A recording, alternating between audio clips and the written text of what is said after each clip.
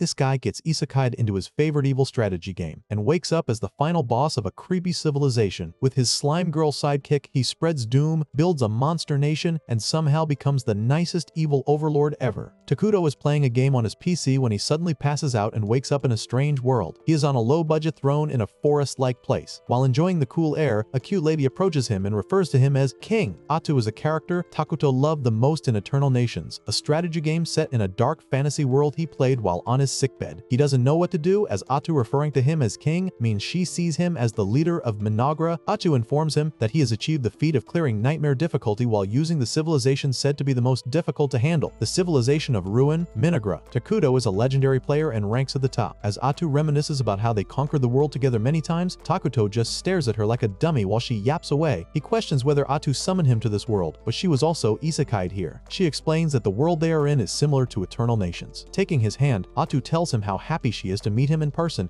and proposes that they build a kingdom just for the two of them, to which our pajamas-clad king agrees. Atu dramatically pledges her loyalty to him. They then decide to isolate themselves from other civilizations. Takuto produces a really ugly scout, which they make use of anyway. His emergency production calls for an emergency because what is that? It's like if a bug had a failed plastic surgery. Their plan is to gather information about other civilizations without being discovered by anyone. The long-legged bug, acting on Takuto's orders, runs off to check the area around them. Its voice makes cricket and mosquito noises sound like melody. Takuto can also share the long-legged bug's vision, just like in the game. He calculates the mana they have used and realizes that they don't have enough to create a warrior. Atu offers to fight instead, but Takuto knows that if they face a higher-ranking monster, she would be easily defeated, putting Minagra in a risky position. No need to worry that much, they could scare away even Godzilla with that weird scout bug they've got. So far, their flash, long-legged scout bug has not encountered any animals or monsters. Takuto passes this information to Atu, who then realizes how useless she is to them. Takuto comforts her, and she goes right back to her bubbly self. Eventually, the bug stumbles upon a community of dark elves, confirming that they're indeed in a fantasy world. Takuto knows that if there is another civilization nearby, it would be bad for them since he is trying to avoid war, which is the reason he wants them to stay hidden for now. According to Takuto, Minagra is a peace-loving civilization, so he suggests they just observe the elves while gathering more information on their surroundings. Atu applauds him, and they do a weird hee-hee-hoo chant. Just then, some dark elves enter their territory, and both parties are surprised to see one another. A little flashback: Jia, the head warrior of the dark elves, is leading his team to search for food for their dying population. One of his team members suggests leaving the forest, but they would have nowhere else to go. Elm is worried that, since they are in an accursed land, they might not find anything good, but Jia encourages them not to give up. They continue walking and soon encounter Takuto and Atu. To the dark elves, Takuto appears as a really dark being, literally. Jia is shaking in his boots or elf shoes. He knows that any action he takes could affect the fate of his entire tribe. He decides to bend the knee, and his followers follow suit. They really gave our boy the statue of God treatment from Solo Leveling. He introduces himself and his clan, the Mazaram clan, while being very careful with his words. When Atu asks him why he trespassed, he explains, still trembling, that his clan was persecuted and driven from their land. Jia adds that they ran out of food along the way and have been unable to find more. He recalls the sufferings they've endured and is terribly upset when, suddenly, an apple appears before him. Takuto produces more, but Jia is too scared to eat it. Not his people, though, who have already dug in. Getting unalived by starvation isn't an option. At this point, they get apples from Snow White's stepmother even. Seeing them enjoy the food, Takuto produces pears and enough provisions for their entire clan. Everyone is happy, except for Atu. The dark elves depart with the food and return to their camp. Elves who are almost giving up can rejoice as Jia and the others bring back lots of food. Everyone eats to their satisfaction, and the camp becomes lively once again. When Jia is asked how he managed to get the food, he simply says he happened to find it. Later, Jia sits by the fire and is joined by Moltar, the leader of the dark elves. Moltar compliments Jia but senses that something is wrong. Jia tells him about his encounter in the forest and describes Takuto as a legendary being. Moltar assumes Jia has met the King of Ruin. He knows of a prophecy that speaks of the king who would bring ruin to all and force everything to start over from scratch. Jia admits that Takuto was beyond their understanding, but Atu had clarified his words to some extent. Moltar, however, is unsure if the being Jia encountered in the forest is truly the King of Ruin, but he knows it's not anything good. Now that he's full, he senses that the forest is abnormal. He questions whether Jia offered Takuto anything in return, as an evil being would not grant charity without expecting something in exchange. Moltar grows even more upset when Jia refers to Takuto as "Your Grace" and scolds him for it. Jia doesn't care. Takuto helped them, and it's only natural to show him respect. Bro really tasted the food and named the mysterious Dark Lord Your Grace. Moltar decides he will handle any further negotiations with Takuto as the leader of the elves. Meanwhile, Atu is talking Takuto's ears off about being so generous and wasting their scarce mana. Takuto apologizes, saying he'll do anything she asks. She feels he is doing too much, but her mood softens when he tells her he needs needs her. She apologizes for going off on him. Takuto seizes the opportunity to confess that he felt too awkward to say anything meaningful to the elves. Atu, however, thought he was simply playing the role of a lord who dislikes long-winded speeches. Their conversation continues with the bug observing quietly, looking like it annoyed the Hulk along the way and got its face rearranged in a serious beatdown. Molter and Gia plan to return to Takuto, eager to learn what he demands in return for his favor. They know that to survive, they need Takuto's powers, and if they leave the forest, they will struggle to find food again. So basically, they need Takuto because Bro can magically produce food. They set out. Meanwhile, Bug was watching them. Bug announces its presence with an ear-piercing sound. When Atu scolds Bug for interrupting her conversation with Takuto, he explains that he summoned it. Bug informs Takuto that the Dark Elves are on their way. Takuto still believes that having them nearby will cause problems. He wants to tell them to take the food and leave soon, but his communication skills suck, just like yours. Atu offers to be his spokesperson and pass on whatever information he wants to say, helping him increase his aura. They come to an agreement, and Atu is more than happy to help out. When Molter and Gia arrive, Molter introduces himself to Takuto. After Atu permits him to speak, Molter thanks Takuto for the food and asks for Takuto's name. Takuto nods to Atu to share, and she does, but stresses that they have to address both her and Takuto respectfully. Molter promises to engrave their esteemed names into the souls of his people. It's really not that deep, bro. Anyways, Takuto is pleased that everything is going well until Atu asks them to take the remaining food and leave. That's when Molter reveals the real reason for their visit. Molter asks how they can repay Takuto's kindness toward the elves, but Atu assures them that there are no strings attached. Even if there were, they wouldn't be able to satisfy Takuto because they are poor. When Molter hesitates to respond, Atu's expression darkens and she assumes they are plotting something. Now things are not really looking good. Takuto calls Atu aside and she immediately shifts to her bubbly self. He shares what he wants, but Atu is not having it. She feels that they should slay all the elves and put their heads on a pillar. It's giving evil queen energy, only that she's not a queen. Takuto reminds her that they want to build a good relationship with the elves, and her plan will not really get the job done. Atu reluctantly informs the elves that Takuto is willing to accept a price in return for his kindness. Molter thanks him for even considering it, and Takuto can sense that Molter is worried he might demand something evil. Atu then wonders what price they should ask for, and Takuto asks for information about the world beyond the forest. Molter eagerly agrees to share everything he has heard and witnessed. Atu tells them to leave the forest once they finish their discussion. Molter requests permission to stay with them in the forest, but Atu is quick to say no. Gia wants to insist, but Molter stops him and thanks Takuto for even listening. As they walk away, Takuto questions whether he made the right decision. He knows they have no chance of survival elsewhere. He calls them back and offers them the chance to become his citizens. They are all surprised, and Atu asks Takuto what he aims to achieve. He explains that he was considering using a refugee system. He knows dark elves are neither good nor bad, and that if they accept them as refugees into their civilization, they would become evil beings like them and would be able to coexist. Atu insists that dark elves are different from Minogra's main citizens, the homunculi, and that there is a risk of conflict. Takuto reminds her how disgustingly ugly the homunculi look and asks if she can bear a life with only them as citizens. Atu sees his point and agrees. She relays the information to the elves and also informs them that once they become citizens of Minogra, they will turn evil. As Takuto and Atu make their way through the forest to the elves' camp, Atu notes that it took quite a while for the elves to agree to become citizens, but Takuto understands how difficult it was for them to accept even after knowing they will become evil, even though it's their best option. Upon arriving at the camp, the elves bow in respect. Takuto's aura is so powerful that it causes one elf to pass out. The others avoid looking directly at him, fearing it would be disrespectful. Takuto takes his seat on the elven throne, and Atu announces that they are all accepted as citizens of Minogra. A system message appears notifying them of the agreement. Atu officially declares their citizenship status and promises them safety under Takuto's rule. Gio wonders why they haven't turned evil yet, and just then, he begins feeling a crazy rise of hatred deep within him. Hatred for those who oppress them. Every elf feels it too, followed by the joy of being cared for by Takuto,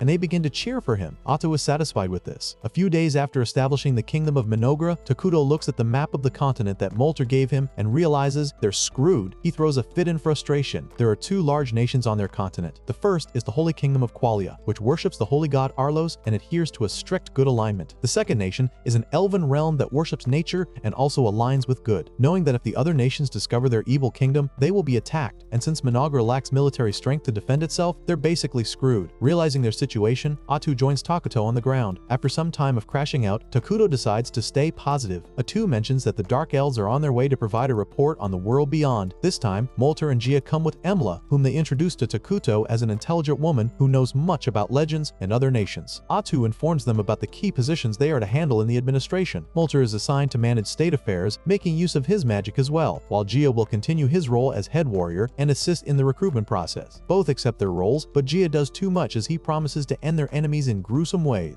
Takuto tells him to calm down. Gia is shocked that an evil lord doesn't like violence and prefers peace. Atu tells them to get plenty of rest rest so they can start their work soon. Gia and Molter begin to argue about who is stronger and insist that they don't need rest. Emily, feeling left out, promises to do her best. Atu comments that the Dark Elves are workaholics. Takuto comes up with an idea to keep them busy and suggests improving the terrain. Atu explains to Molter what he needs to do, and he gives her his word that he will do his best. Gia is confused as to why the King of Ruins is not planning to destroy the forest. Takuto tells them to reforest too, but they have never heard of it. Atu takes the time to explain the concept to them. She discusses military magic and the 6 major elements, but Molter has only heard of 4. Molter is worried that Takuto is disappointed with their level of magical technology. However, Takuto believes they have a chance to get ahead of other nations once they advance it. Atu explains what reforestation is and says they'll use magic elements to speed up the tree growing process, which usually takes centuries to grow. She credits this knowledge to Takuto, which is not true, but the elves are impressed. Emily asks if Takuto also created the food they ate, and Atu agrees, adding that she loves grapes. Emily then mentions that she planted grape seeds and they are growing. Takuto and Atu are surprised, realizing they had overlooked the fact that they could use emergency production to create things that had never existed in the game. Takuto decides to test this ability by producing a coin. He quickly realizes the countless things he could create, despite it being mana-consuming. He bursts out laughing in realization, while Emily worries she may have done something wrong. Atu tells her that she did a great job. In the kingdom of Qualia, Selena and a few guards are making their way through a snowy forest. The guards gossip among themselves about Selena's special power. Suddenly, they are approached by a group of goblins. The guards prepare to fight, but Selena casts a spell of destruction, calling down fire from the sky to burn the goblins. The cardinal sees Selena as an ultimate weapon. After the goblins are burned, the fire ascends back into the sky and beams of light shine down, causing flowers to bloom. The guards are shocked, but Cardinal explains that this is how their nation has managed to fend off evil and maintain a good relationship with the Elven nation. He informs them that Saint Selena of Blooming Burials is one of the 7 great saints of the Idaragia continent. Cardinal then tells Selena that he has sent paladins to a nearby village. When Selena inquires about their earlier conversation regarding the apocalypse in the accursed lands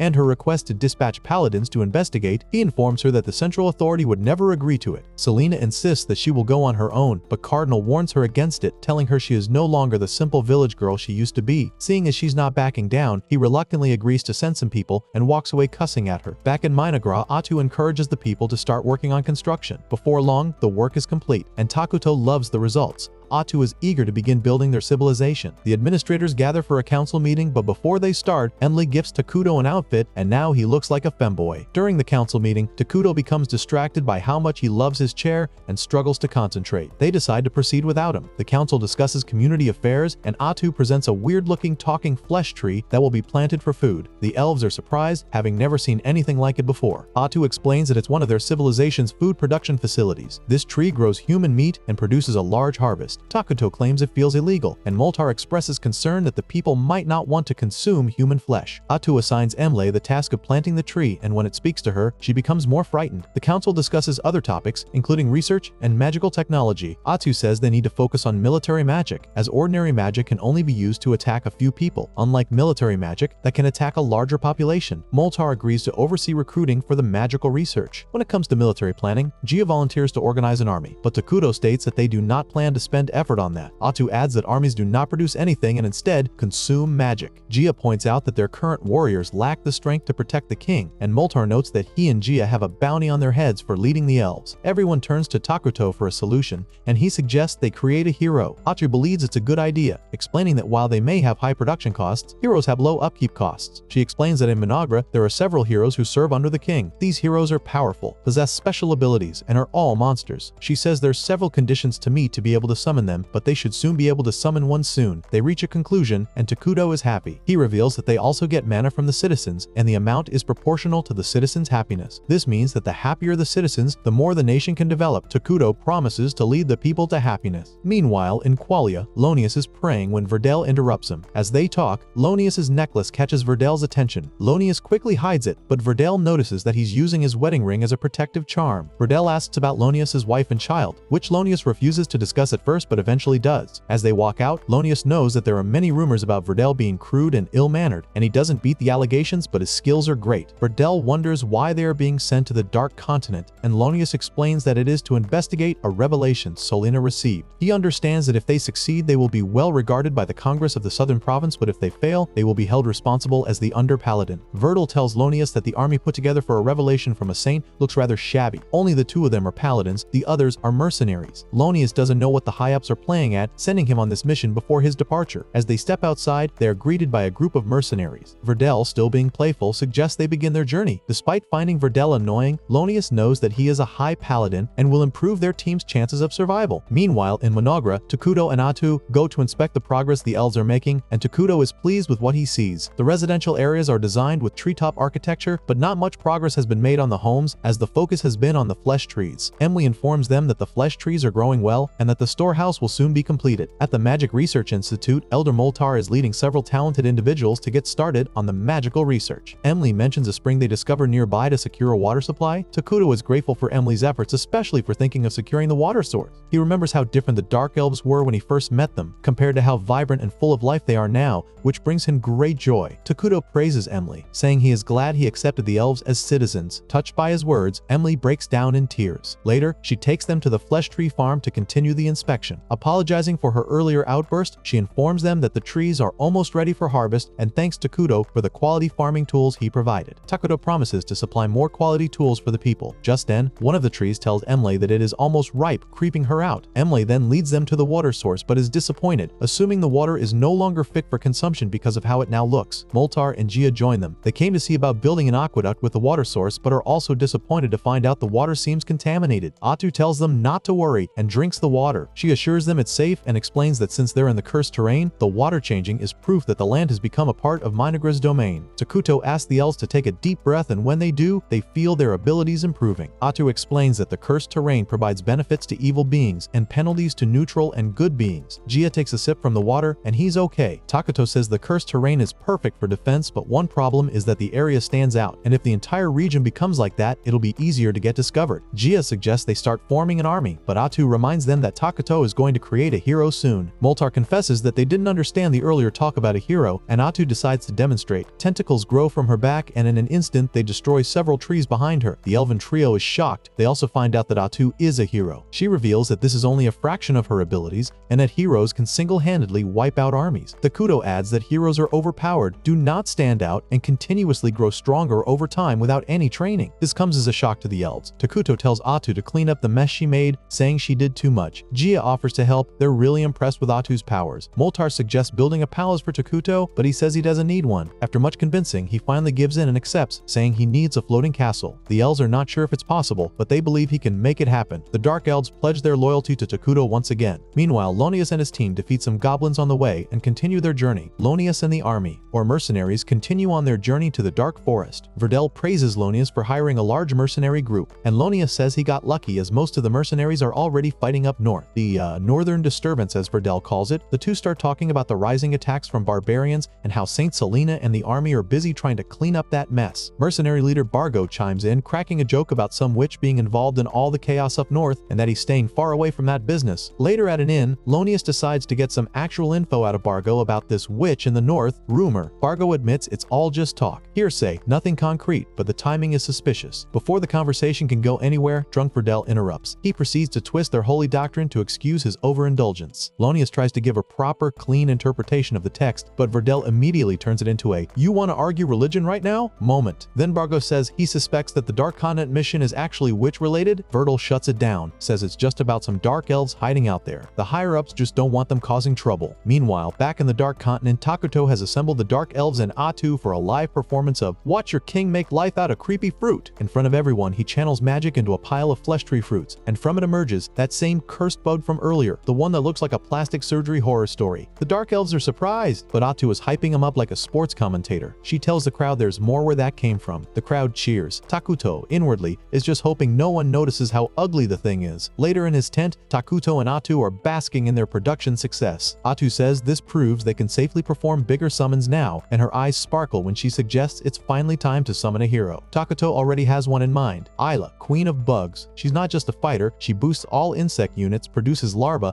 and handles domestic work. Basically the ultimate all-rounder. Also, she's less of a chaotic disaster than the other heroes. Back with Lonius and crew, they've crossed into the Dark Continent when they come across a hill giant. Lonius is about to give the order for an arrow shootout, but Verdel stops him, saying they don't have time to waste. He then proceeds to solo the thing himself because, let's be honest, he just wanted the X.P. He unleashes a holy sword art, blending prayer with blade work, and hits with divine force said to rival a lesser dragon. The giant doesn't stand a chance. Lonius tries to compliment him, but Verdel just walks away like it was nothing. Lonius silently fumes. Back at Takuto's base, Atu is giving him grief over his diet. He's eating a hamburger, she's on her eternal salad grind, and they both think the other is doing it wrong. They shift the topic to the ongoing construction, and then Takuto remembers something. He tells Atu to gather everyone after they eat. Thanks to his bug scouts, Takuto can now see beyond the forest. He checks the map, sees Qualia's position, and notes which nearby city might be their ally. That's when he senses the mercenaries approaching. Not ready to be discovered, he sends Atu to politely turn them away. Spoiler, her version of politeness might not match his. At the edge of the accursed lands, Verdel, Lonius, and the mercs are halted by a hooded figure stepping from the shadows. She claims to be a dark elf refugee, says her people just want peace and that the Holy Knight's arrival is scaring them. She asks them to turn back. Verdel insists they must enter. Lonius tries to chime in,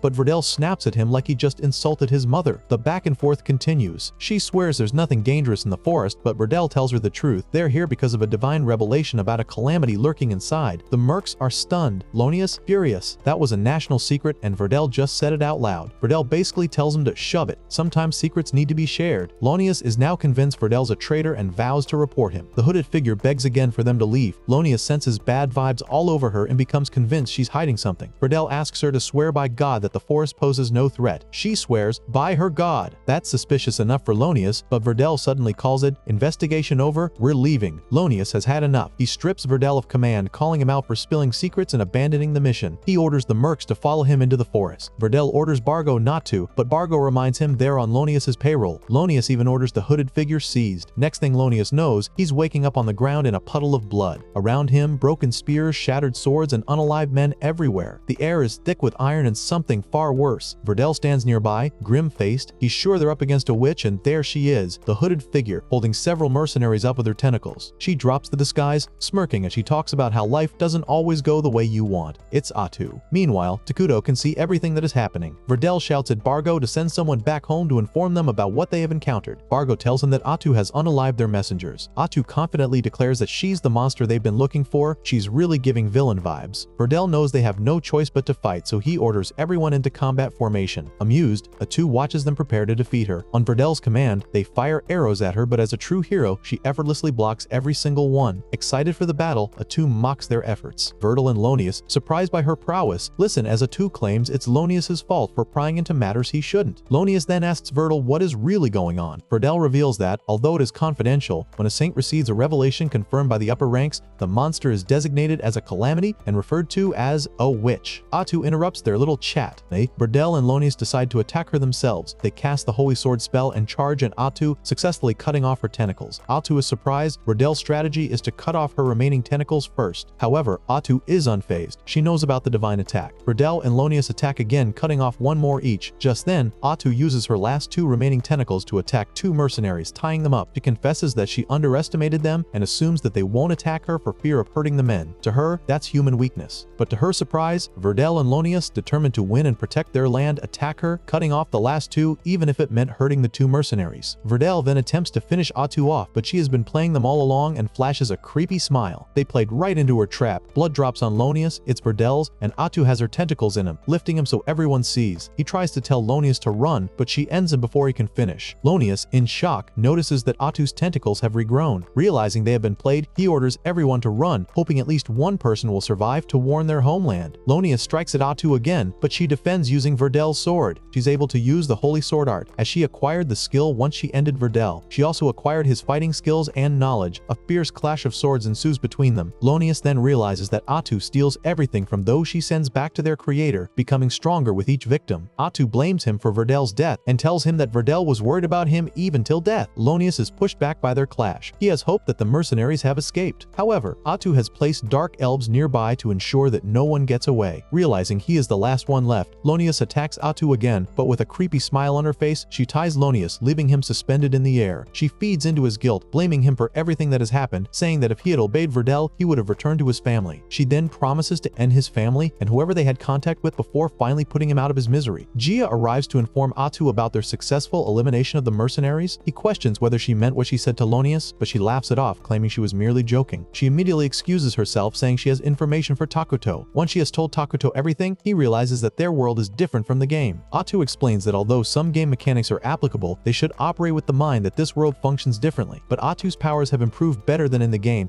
and thanks to her new ability, they've learnt about the situation questioning Qualia. Atu is happy that Qualia won't have forces to spare because of the northern disturbance, but she knows they're going to take some action concerning what just occurred. Takuto assures her that Qualia doesn't have information on them, and so they would act with caution if they decide to act. He is more concerned about the northern disturbance caused by a witch, but they don't have much information about that, even with the knowledge Atu stole. Atu identifies the witch as Erakino, the slurping witch. Erakino has defeated all the mercenaries, and with a playful tone, she raises them to attack the next city. Takuto and Atu suspect that Erakino arrived the same way they did. Atu suggests that Takuto reach out to Erakino, but he's against it. Takuto is relieved that the trouble is happening far north and won't be their problem. Atu suggests they produce a hero, Isla, who Takuto has had in mind, but Takuto suggests they focus more on combat potential. Atu agrees and promises to support him. Takuto thanks her and adds that they should alter their policies and form an alliance with another nation. Atu doesn't think it'll be possible since they're evil aligned, to which Takuto says they'll work with a neutral aligned nation, the nation to their east. He says he needs to find out if they'll be willing to join forces with them. Meanwhile, in the north, Erakino leads her undead army to attack a city. The elder orders them to prepare for battle. Back at Managra, Atu is about to leave Takuto's presence when she suddenly apologizes for her bloodlust behavior earlier when going against the paladins. Takuto doesn't have a problem with it and tells her to just continue supporting him. This makes Atu happy, and she promises to support him with every fiber of her being. The Dark Elves are busy working while Karia and Maria watch them, wondering why they are still alive. After the palace has been completed, Takuto and Atu admire it both from the outside and the inside. In the midst of their admiration, Atu suddenly lets out an ear-piercing scream. When Takuto asks her what is wrong, she exclaims that she just realized there is not a single attendant to take care of him. Atu is being overly dramatic, and even Takuto points this out. He tells her that it's not a big deal, but she is determined to make things right. Takuto tells her he'd like someone he can talk to, preferably a little girl, as he hasn't been able to communicate with the Dark Elves and has been feeling lonely, adding that he wants to be a friendly king. Atu promises to fix that. With Takuto's permission, Atu summons Moltar and the others. She tells them about Takuto's request, but in a weird way that makes him seem like a pedo. They're all surprised Takuto is too, but Atu is the only one who is ignorant of how her words sound. After Takuto explains clearly, Moltar lets out an awkward laugh of relief. It definitely would be weird to have a pedo king. He then confirms that Takuto needs a child close by to attend to his daily needs. Dia adds that children have ideas that could be quite useful to adults, but questions if a little boy wouldn't do too. Atu responds that Takuto is trying not to reduce the labor force. Takuto quickly adds that another reason he specifically needs a girl is that he will train them to take on leadership positions in the future, as he is all about women's inclusivity. After the elves buy his BS, he breathes a sigh of relief that they actually believe him. Atu tells him to bring in the children, but when they do, all the kids are scared and start crying. Takuto sulks, and Atu asks Moltar if that's all the children. He agrees, but Gia mentions a certain set of twins. Moltar thinks it's a bad idea because the twins are somewhat odd, but Atu insists they should bring them so Takuto would decide for himself. Before Moltar can think of leaving, Gia has already brought the girls, bragging that he's faster than the old man. Karia introduces herself and her older sister Maria to Takuto. Atu feels they have a grim history and asks Karia about her scars. Karia explains they are from a disease, and when Takuto shows pity, she responds that it's what she deserves. Atu asks about Maria, and with a creepy look on her face, Maria says that she ate their mother. Everyone is surprised, and Atu asks Moltar to explain. Bracing himself, he tells them how the twins' mother sacrificed herself for them. Then it occurs to Takuto that the elves traveled a long distance after being driven from their homes. Without any food, it was only natural they would have to make extreme decisions to survive. Suddenly, Maria approaches the throne and makes a strange comment. Takuto asks if she is willing to take care of him, to which she happily agrees. He then tells her she is now a candidate for the leadership of Minogra. Atu is surprised that Takuto can hold a conversation with another person. Karia also agrees to serve Takuto, saying she has to stick with her sister. Gia and Moltar are relieved, and Atu officially declares that the twins would take care of Takuto. Moltar then steps forward and informs Takuto that the twins haven't cried since they lost their mother and their hearts have remained closed off. He asks Takuto to watch over them with mercy. Later that evening, Maria comes to serve Takuto a drink and accidentally spills it on him. He laughs it off, and Karia helps wipe the water off him. Atu enters to see them and is dissatisfied.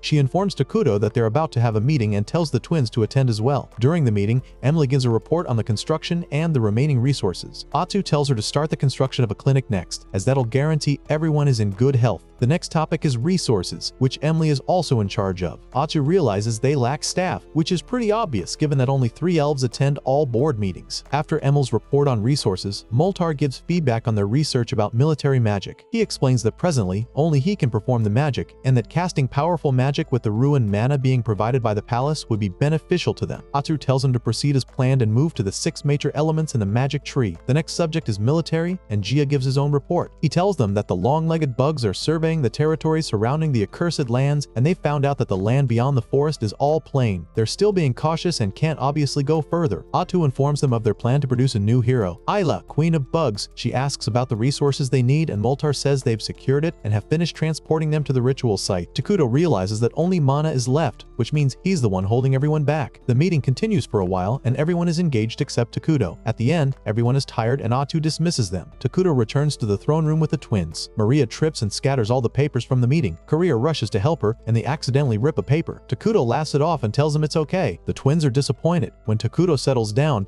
Maria asks him if he is a bad person, to which he agrees. Then she questions why he hasn't ended them. Takuto explains to them that an evil person has the freedom to do anything, whether good or bad, and he chose to be kind to them. Takuto realizes that the twins cannot forgive themselves for surviving due to their mother's death and are seeking salvation through death, which is why they made all these mistakes as rage bait so Takuto could unalive them. He feels pity for them and gives them some motivational words, encouraging them to live on for the sake of their mother. The twins are moved to tears, and Takuto comforts them. Atu comes in to find the twins asleep and comments on how Takuto has gotten close to them. She then takes him somewhere else to discuss. Atu informs Takuto about a city Forngon, a nation whose population are humans and beastmen, and a sub-city, Dragontan. The nation's parliamentary system is run by shamans known as the staff holders. Atu's report is about a dragon vein mine in the city that is capable of producing mana. She says they should secure it ASAP. Their strategy is to help the Dragontan folks, who are currently under attack by goblins and ogres, and welcome in their refugees. And then they'll go for Forngon next. Tonukapoli, a staff holder, arrives in the accursed lands with some people from Forngon and meets with Atu and several dark elves. The atmosphere is tense, and Tonukapoli senses their evil aura. She can tell they're not human. She warns her group not to attack out of panic.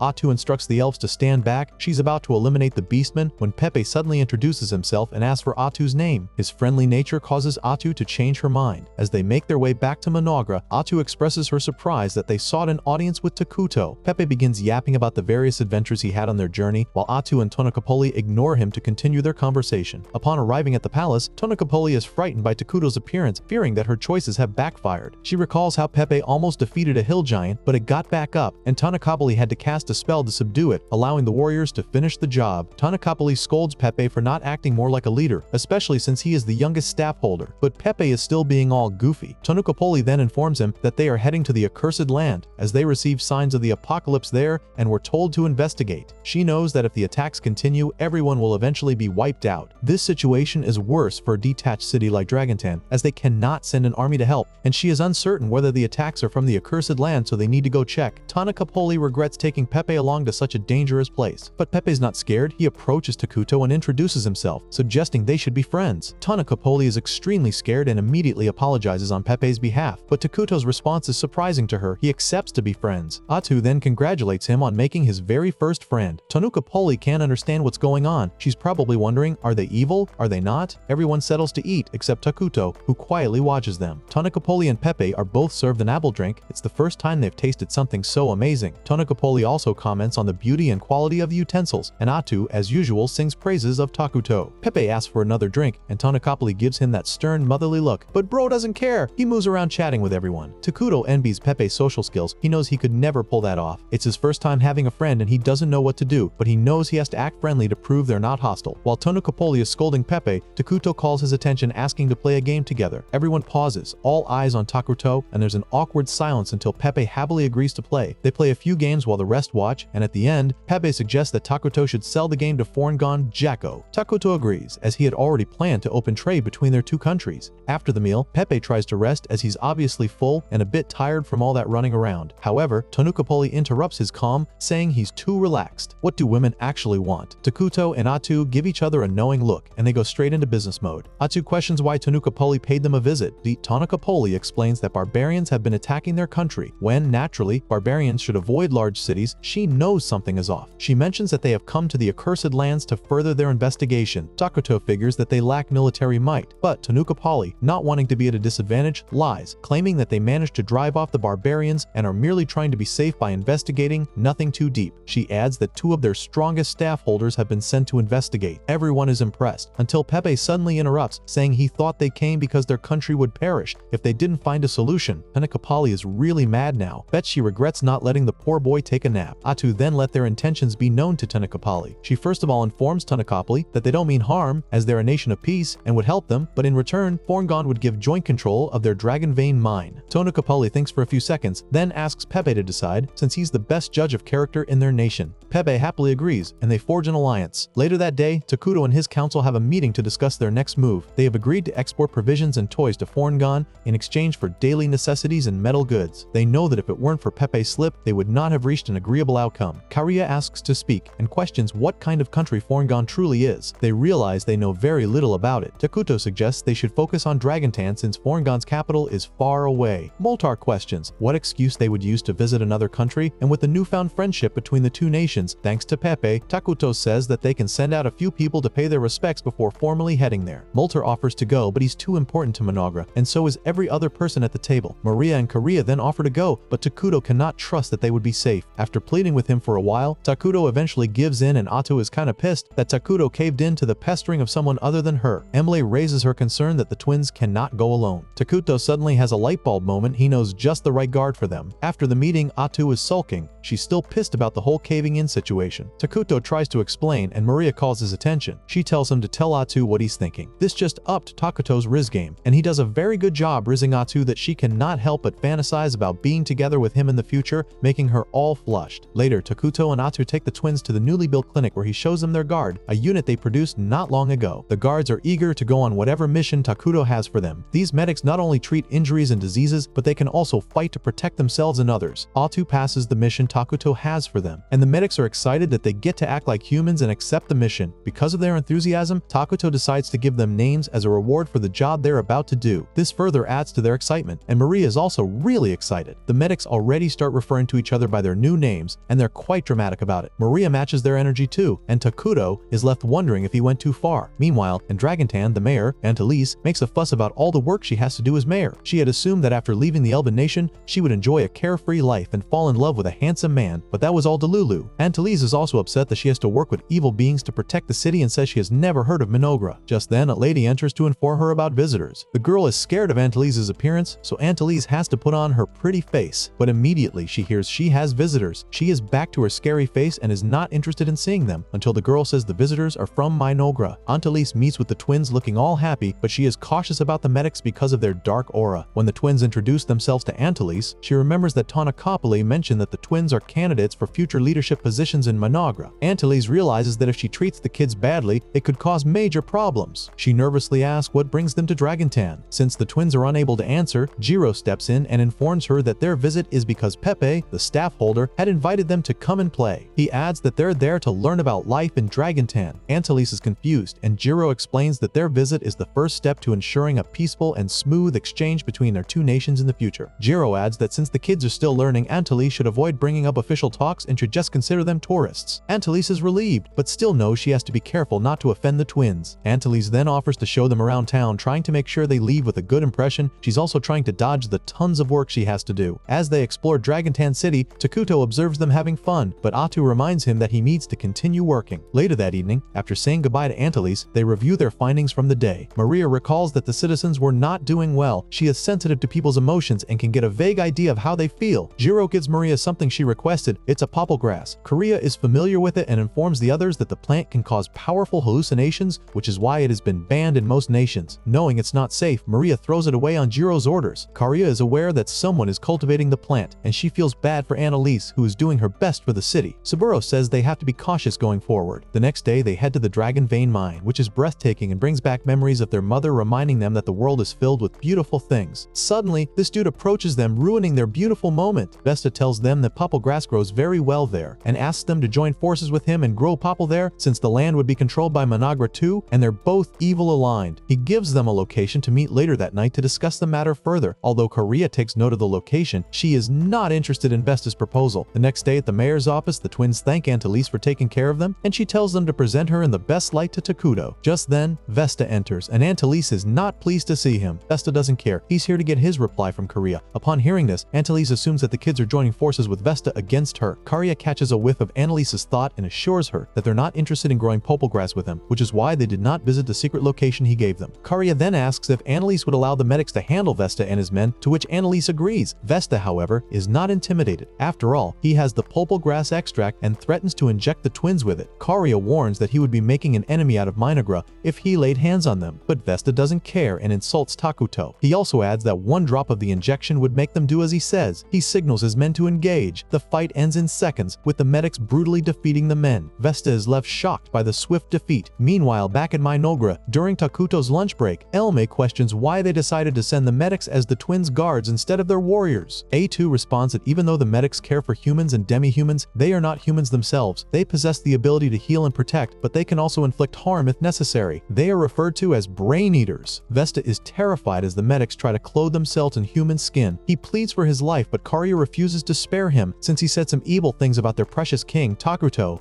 Liz is scared, and Maria comforts her. She orders the medics to end him, and they do just that. This gives them enough skin. Elise is traumatized having witnessed the whole scene, and Karia apologizes to her for the mess. Elise tells her not to worry about it, trying to sound okay, but she's so scared she ends up wetting herself. The medics decide to join her so she won't be embarrassed, and Karia goes off on them, as mentioning it is embarrassing too. Atu is angry and scolds Takuto for allowing the medics to display such violence despite having the ability to warn them through his telepathy. Takuto explains that he didn't want them to hate him, which only upsets Atu more. She also scolds the twins for conspiring with Takuto and trying to cover it up, and then scolds the medics for their barbaric actions. Finally, she asks everyone to write a reflection statement, basically giving them time out. Later, they gather for a meeting to discuss what to do about Dragontan, and Atu is still very upset. Takuto, who cannot read the room, offers the twins some candy, which makes Atu lash out in frustration. Gia has to tell Atu that she is doing too much and should just chill out. The council agrees, and Moltar even takes the blame for the children's actions. Once Atu calms down, she starts the meeting about Dragontan. Moltar asks the twins to confirm that their report is accurate, and they agree, stating that Takuto also reviewed it. The council realizes that Dragontan is in serious trouble, facing attacks from barbarians, goblins, ors, and hill giants. Gia points out that the primary issue is the hill giants, who show up in groups near the city every day due to their ability to detect enemies. Gia warns that if nothing is done, it will only be a matter of time before Dragontan falls, and he suggests sending out their forces. However, Elm is against splitting their forces, saying that sending workers out will affect their construction and food production. Gia then proposes sending most of their warriors, and Atu declares that she will also participate as she plans to steal useful skills from the monsters. Takuto agrees with Atu, saying it is a good opportunity for her to improve her strength. Moltar also volunteers to join the mission. Gia then says that his warriors would be left to defend Minogra, and Elma expresses her worry that the nation's defense has always relied on Atu's presence, meaning they could struggle in her absence. In response, Takuto informs them that he plans to summon the hero Ayla to take over while Atu is away. Everyone gathers to witness Takuto summoning the hero. He is anxious since Isla is the first hero he will summon since arriving in Minagra, and he cannot predict her reaction. Atu assures him that if she tries to rebel against him, she will protect him with her life. Takuto begins the summoning ritual, and a few minutes later, Ayla emerges from the shell, looking like a giant grasshopper. Once she stands up, she recognizes Takuto and greets him as a loyal subject, promising to serve him. She also recognizes Atu and gives her a head pat, which Atu finds uncomfortable. Ayla requests that Takuto explain the situation to her. After he does, he mentions that he can only manage because Atu was by his side. Atu also compliments him, and they start acting all lovey-dovey, prompting Isla to interrupt them. She promises that she will protect the peace of their nation while Atu is away. Atu expresses how much she will miss Takuto, and they begin from where they left off with their affection, during which Isla comments that she shouldn't be watching that, and neither should we. The next day, Atu leaves for Dragontan with Moltar and some dark elves after saying goodbye to Takuto and the others. Isla is eager to begin her work and promises to do her best. Later, Takuto is still sleeping while it's morning, and the twins inform Ayla that he usually sleeps till noon, and sometimes Atu would come wake him up, or the twins would. Isla then scolds Takuto for always sleeping till noon, saying he is the leader of Minagra, so he has to be up in the morning, and Takuto promises to do his best. Isla then excuses herself, along with the twins, requesting that they show her the country's facilities. Takuto permits her, and the twins agree to give Isla a tour. She informs Takuto that his people will soon bring up some state matters, giving him a heads up. Just then, Elme enters, and Isla and the twins leave. Elm presents Takuto with some papers for him to review. Initially, he worries about how he will interact with the elves now that Atu is not around, but eventually, he does it pretty well. While the twins are showing Isla the facilities, they meet Elmi, who seems troubled and in a hurry. She explains the problem, and Isla responds by giving her a head pat. Meanwhile, the Dark Elves are engaged in sword training with Gia, but he is no match for them. He scolds the Dark Elves for not being more powerful, saying that they cannot protect the country in their current state. Isla approaches and gives him a head pat, embarrassing him in front of his students. The twins tell each other that they would also like a head pat. It's dinner time, and the twins lead Isla to the dining area. Special dishware is set aside for her, but she insists on using what everyone else is using. She explains that protecting the nation means protecting the people, and she can only do so if she understands their perspective. Maria then whispers something to Korea, and they get Isla a plate with her inscription on it. Isla is grateful and hugs them, giving them head pats, which makes the twins happy. Later, Isla is making rounds, while also seeing any improvement that could be made when she hears cries. She follows the sound and finds Korea in tears while Maria comforts her. Isla asks what the problem is, and Korea explains that she couldn't sleep. When Isla asks why, they share that they usually dream of good times with their mom, and it hurts to wake up to the reality that she is no longer with them. They also recount how, whenever one of them wakes up crying in the middle of the night, the other stays awake to ensure she's okay. Korea reassures Isla, saying that everything is fine and that they have been sleeping well. She mentions that this experience was a rare occurrence, so there is no need for Isla to worry. Isla responds by promising to sleep with them from now on, holding them close as they rest and vowing to always be there for them. The next morning, Isla suggests to Takuto what the next building should be. She then asks how Atu is doing, and Takuto replies that she is in a pretty amazing situation. He sees some hill giants approaching outside Dragontan, and Atu looks ready to take them on. As the hill giants approach, Atu easily defeats them with her tentacles, while Antalise watches in horror. Once Atu is done, Antalise reminds her that she was friendly with the twins, fearing that Atu might hurt her too, but Atu simply tells her to go rest while she handles everything. Antalise leaves, rigorously thanking Atu. Later, in a tent just outside the city gate, Moltar comments on how well they are getting along with the citizens of Dragontan, despite expecting them to be fearful. He says it's all thanks to Pepe. Atu recalls how, upon their arrival, Pepe compared her to an octopus. Though she tries to argue against it, he tells her that he has entrusted her with the care of Dragontan while he returns to Crescent Moon. Atu sulks, wondering why he had to compare her to an octopus. Moltar then asks how stealing the powers of the hill giants is going, and she tells him that, despite them being weaklings, they have a lot of good abilities. While they are talking, they both sense a hill giant, and this one seems different. Antalise comes to inform them about it, saying she will prepare archers, but Atu tells her not to worry, as she can handle it alone. As she races towards the hill giant, Moltar decides to help by casting a military spell, causing a dark fog that debuffs the strengths of non-evil aligned units while buffing the strengths of evil aligned units within range. This increases Atu's power, allowing her to defeat the hill giant with the Holy Sword Act. Suddenly, gold coins appear, and confused, she reaches out to Takuto through telepathy. After explaining the situation, she asks why this happened, noting that even Moltar does not know why. Takuto uses shared perception to check what the coin looks like. He recognizes the quest from another game, Brave Questus. Suddenly, more hill giants arrive. It's like a full-blown army. Meanwhile, Selena and some mercenaries arrive in the north to find that the place is in ruins. She tells the men to look for survivors, but immediately, all the mercenaries drop dead. It's the witch Arakino. She greets Selena as if they were old friends, and Selena tells her that they have executed judgment on her 17 times already, meaning they have unalived her that many times. Selena is frustrated at this point, and she suspects that Arakino has something that she is trying to accomplish, an ulterior motive.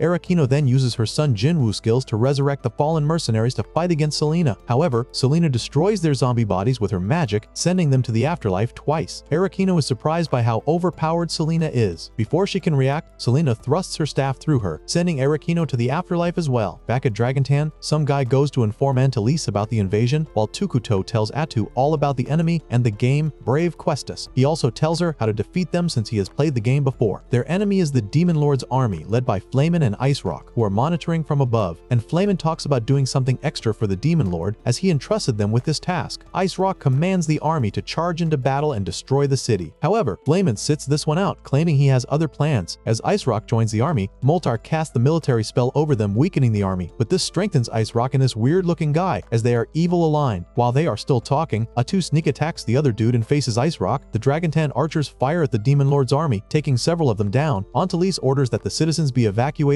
saying that they will abandon the city once they have secured an escape route. Just then, Moltar arrives, telling her they won't have to evacuate since Minogra is on their side. Antalise remains concerned about the number of enemy forces. Suddenly, explosions occur. It's Atu, and Moltar reassures Antalise that Atu can handle the army herself. Meanwhile, Atu is calmly eliminating the enemies, and Antalise is surprised by this sight. Atu then faces Ice Rock. Everything is just as Takuto predicted. Ice Rock questions why she would interfere in their plan, saying that she is evil too. Atu talks down on their world domination plan, asking if he enjoys doing paperwork so much. Ice Rock does not understand her, as his character is not involved in rulership. She calls him a mid-boss, and tells him that he has been defeated so many times by heroes, rage-baiting him. When Ice Rock attacks, Atu calmly defends against each strike while continuing to dish out insults. Although Ice Rock cannot recall any of these defeats, Atu questions how it feels to exist only to be defeated. In denial, he insists he is is the one who does the defeating. He then powers up, and Atu challenges him to come at her with everything he's got. She is confident, but unknown to her, Bro's power backlash has temporarily frozen her in place, allowing him to strike, and he cuts her. Atu is surprised by this. Ice Rock informs her that he has just unleashed his most powerful attack, but he is confused as to why Atu isn't dead. While she is down, Atu immediately ends him, just in case he has some more surprising tricks up his sleeve. She feels ashamed, saying she is supposed to be Takuto's hero. Some gold coins fall while she heals and begins to make a fuss about Bro's finishing move. As she earns his skills, she realizes that the attack is guaranteed to hit and says it's cheating. Atu then decides to report back to Takuto and soon realizes that Minagra is under attack. This was Flamin's plan.